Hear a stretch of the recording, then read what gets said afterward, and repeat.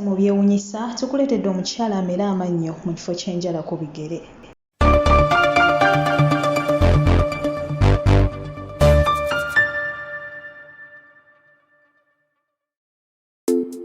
Emitwe gy'amawulire omukwano wakati wa Shira Gashumba ne Rickman guweddewo ate ye Sacha Brighton agamba nti ayagala kudda mu kuzannya katemba.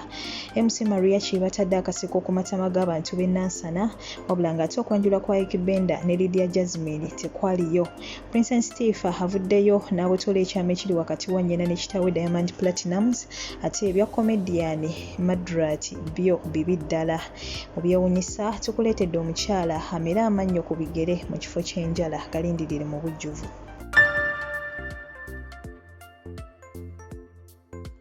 Gyebaleko gyonna gye mutuusako engalo abalungi abaagalwa yonna gye musinzira okubeera ng'ate mumpuliriza Omubeja Aisha Nassolo nze mbabuuzaako era nga ntuuse okulabika ng'ate mbongerayo mawulire agagenze mu maaso n'okubeera ng'ate gatuukawo olunaku olwaleero ate n'agamu agabaddewoko olunaku olw'eggulo wabula nga sinagenda mu maaso kwebaza gwe yasubscribinga ku channel eno n'eteekako nakadde wabula ate naawe atanaba ngenda kusaba bambi subscribe oteekeko nakadde osobole okubeera ng'ate buli video gye nkasukayo butereevu ogenda mu maaso n'okubeera ng'ate ogiraba era nkusaba olayikenge ne vidiyo eno.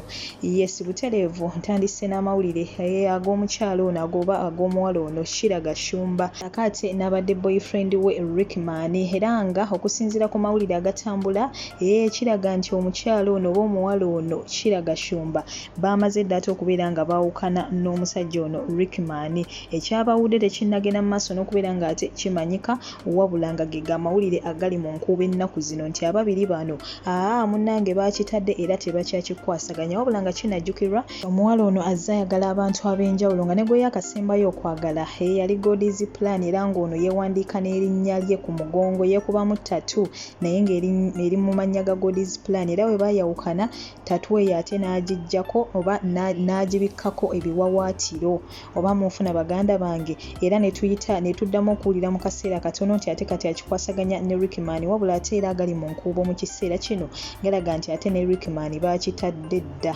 wabula nga gano tegannakakasibwa era we ganaaba gakakasiddwa butereevu nja kuba nkomawo enyongera okugakakasa oba okugajjawo wabula ng'ate tuzze ku mawulire amalala. Omukyalo ono ayitibwa Sacha Brighton ffenna gwe tumanyi obulungi omuyimbi waffe oyo eyatuyimbira Kambite munnange yavaayo ate awo emabegako n'agamba mbu ekirooto kye ekyali kyakubeera ng'ate akola ku TV n'okubeera ng'ate azannya katemba oba muyite actress era ng'ono agamba nti ndowooza ke kaseera ate munnange atundemu mu birooto bye ebyo ekyokubeera nga presentinga ku TV saako ate munnange n'okuzannya katemba naye gwe oba olaba ddala katemba amusobola oba ojja kubeera oteesa naffe wabula nga ate ye agamba kyekirooto kye wabula bagamba nti omuntu oba olina ky'oyagala butereevu go for it. If you want something just go for it. Genda obeere ng'ate munnange okifuna si kirungi kubeera ng'ate ose tolinga mu kifo kimu olaba ng'ate olina ky'olubirira osobola ogenda n'olabika ng'ate munnange okola ki ng'okifuna so bannange nze mwagaliza agenda ate munnange abituukirize ebiruubirirwa bye ebyo waba awulira nga ddala abyagala from the bottom of her heart wabula nga tubitadde ebbali ebyo tudde ate ku MC Mariachi. Olunaku lw'eggulo Bishop Arnold Muwonge yayise mu mukulu ono MC Mariachi bw'ati ate n'amusindika eyo mu bantu b'e Nansana bambi okubaako obuyambi bw'abatuusaako era MC Mariachi yatuuseyo bulungi nga naye w'omulaba n'atwalira abantu abo ebintu eby'enjawulo gamba ng'obuwunga n'ebintu ebirala bambi. Mu kiseera kino ekya lockdown bannaye nno omuntu akulowoozaako ne waba akuwadde just kajiiko ka ssukaali oba kajiiko ka munnyo bannaye olina okumwebaza kubanga embeera gye balimu abantu mbi ddala abantu tebakyalya simanyi nze nangeri bantu balina baana ngeri gye basurvivingamu wabula ng'ate bambi Bishop Arnold Muwonge kyekyo ate munaye kyasobodde okubeera ng'akola wabula ate ne MC Mariachi tumwebaza okubeera nga bambi obubaka yabutuusizza bulungi ddala era bambi abantu b'e Nansana bo babateeredde ddala akamwenyumwenyu ku matama wabula nga bwe tukyabitadde ku bbali emabegako ebifaananyi bibadde biyitingana nga ebigambo biyitingana bannange ate wa Ike Benda ne Lydia Jasmine temwatuyise ku mikolo biki kwegamba ffenna abantu twewuunya ne tugamba yiye kino eno kisoboka kyabanga kitya, how comes bannange byabaddewo bitya nga tubadde tetukisuubira. Era munnange ebigambo byatandika okuyitingana, Waikibenda ne Lydia Jasmine banjudde, wabula nga kino kyava ku bifaananyi ebyo twagenda maaso n'okubeera nga ate tulaba ku peegi z'abantu ab'enjawulo nga babipositinze. Wabula kyagenza okuzuulibwa nga mu butuufu eno vidiyo ya luyimba, era ababiri bano Lydia Jasmine sakati n'omukulu Waikibenda bonna bavuddeyo olunaku lw'eggulo ne bapositinga nga balaga nti eno yabadde vidiyo ya luyimba, era ne bagamba nti oluyimba olwo luyitibwa munnange oba bannange, era ne bagamba nti anytime from Monday, ku Monday actually bagambye ku Monday ti oluyimba olwo lugenda kuba lufuluma butereevu, era ne bagamba nti mululindirire ku YouTube channel zaabwe. Wabula nga bwe tubatadde ku bbali ate ye Princess Tiff ono gwe tumanyi obulungi muwala wa Zari Hassan ate ne Diamond Platnumz yavuddeyo eggulo ate munnange n'agamba nti maama ono ne taata we mbutuufu bali mu mukwano ogutenkaneka, era bino yabyogeredde mu katambi, yabadde ayogerako ne ba followers be. Kinajjukira nti ono y'omu ku baana abasinga okubeera ne ba followers abangi ku social media, era bw'atyo eggulo yabadde abuuza ku ba followers be nga bagamba nti bannange good night, wabula mu kaseera ako n'abagamba nti njagala kubeera nga ate njogerako about my mother and my dad.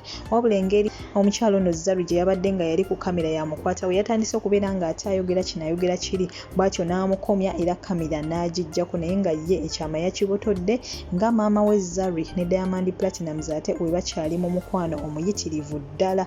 Wabula nga bino bibaddewo oluvannyuma lw'omukyalo ono Zari ate okubeera nga ayawukana n'abadde muganzi we Dark Stallion.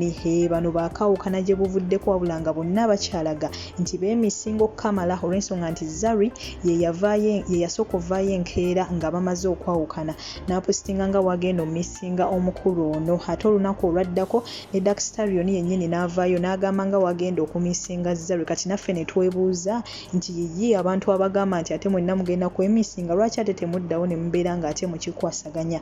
Wabula ng'era still we tugamba abantu ababiri abo abagenze mu mukwano be bamanyi ensonga lwaki bali bonna, era be basinga n'okumanya ensonga lwaki tebasobola tekola ki kubeera bonna. Wabula ng'ebyo tubitadde ku bbali. Ebya comedian Madrat oyo gwe tulaba essaawa eno byo bibi byabijjidde ddala, olw'ensonga nti waliyo omuwala eyavuddeyo babadde balina ate we bamukolirako interview ng'ayogera ku mukulu ono, ng'era agamba bannange omukulu oyo Madrat mumugambe nza neesonyiwe, amazeeko emirembe ampereza message ezintiisatiisa ezinkangakanga, bannaye mumugamba neesonyiwe. Yes twaliko mu mukwano naye annemeddeko mumugamba akole ki anneesonyiwe. Buli musajja gwenfuna afuba olaba nga amumanya, era bw'atyo n'amutuukirira n'afuba olaba nga ate munnange akola naye vidiyo ez'enjawulo. So bambi mwana muwala ono yabadde alaajana, oyo gw'olaba essaawa eyo yabadde alaajana nga yeegayirira bambi bamugambire ku mukulu ono Madrat yeesonyiwa omuwala ono. Wabula we bakubidde omukulu ono Madrat essimu tetumanyi oba tukuba oba yabadde yeekaze oba yabadde ayogera mazima, ffenna ekyamazima tetusobola kubeera nga ate tumanya.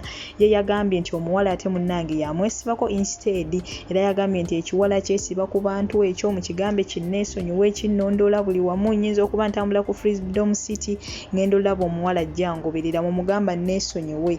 Era bw'atyo n'agamba nti yesi yamwagalako edda ng'akyali muto naye ate baamala ne baawukana. Kwegamba naye yayogedde ebigambo bingi nnyo, bingi ddala, kwegamba twalemye okutegeera ani eyeesiba ku munne. Omuwala agamba Madrat yamwesibako, wabula ate ye Madrat agamba nti ate munnange ekiwala ekyo kye kinneesibako, ekiwala sikyagala, ekiwala kwegamba yayogedde ebintu bingi nnyo bingi ddala. Abamu muyinza okuba mwawulidde ku katambi ako oba ku vidiyo eyo nga mwagirabye, ate abala muyinza okuba temwagirabye, naye nga byebyo bigenda mu maaso munnange mu bulamu bwa Madrat ono. Omuwala ye agamba Madrat annemeddeko, ate ne Madrat agamba omuwala annemeddeko. Kaakati nno tusaba ababiri bano bannange ate babeere nga beesootinga kuba bonna ekituufu kiri nti bantu bakulu. Gegaate amawulire gensobodde okubeera nga ate nkutuusako olunaku olwaleero, wabula nga obudde bukyali nkyakomerawo ddala n'amawulire amalala nsoko, naye nga mu byewuunyisa tukuleetedde omukyalo ono munnange ye amera amannyo mu kifo ky'enjala ku bigere. Ebyewuunyisa mu butuufu biri ku nsi, bino ebifaananyi biri mu kusatulatinga ku mitimbagano egy'enjawulo. Oba tonnabiraba it is very okay kasita nze mbikuleetedde, wabula nga kyenjagala okubuuza muganda wange gw'oba olaba ddala ekyo kituufu oba photoshop, kuba abantu abasinga be nalabyeko mu comments abakomentinze ku kifaananyi kino oba ku bifaananyi bino baba bagamba nti that is Photoshop. Ekyo tekiriiyo. Gwe kiki ky'olowooza muganda wange? Ddala bino ebintu nga bino ebimu tebiriiyo. Waliwo omwana gwe nabaleeterako eyazaalibwa n'amaaso asatu, still abantu abamu bagamba it was a Photoshop. Wabula era kyagenda ozuulibwa nga mutuufu yali Photoshop. Kaakati naawe muganda wange mu ndabayo ddala eno Photoshop oba byabadde ebifaananyi bibiri nga balaga omu ye mu kifo ky'enjala z'engalo ku mukono yameramu naye mannyo, ate omulala nga mu kifo ky'ebigere ku njala mu kifo ky'enjala ku bigere ate ye yameramu naye mannyo. So nga abamu bagamba that is Photoshop, abamu nga bagamba bituufu, balina n'abantu be bamanyi nga still baliwe batyo. Munnange mu byewuunyisa byo byensobodde okubeera nga ate munnange nkuleetera, kati naawe weetegereza ekifaananyi ekyo ojajenge ddala mu butuufu gye biri bituufu oba oyo katemba owa Photoshop. Osobola okubeera nga ate ogabanako naffe gwe kiki ky'olowooza ate munnange ku nsonga eno. Ddala ebintu bino gye biri, gye ali omuntu ddala ng'ali bw'atyo oba tebiriiyo. Nkusaba oteeseeko naffe. Kwagala nnyo nkwagalira ddala, agira nkunkuumira atakuumira mpeera ng'ate wenkomawo n'amawulire amalala. Bye bye for now.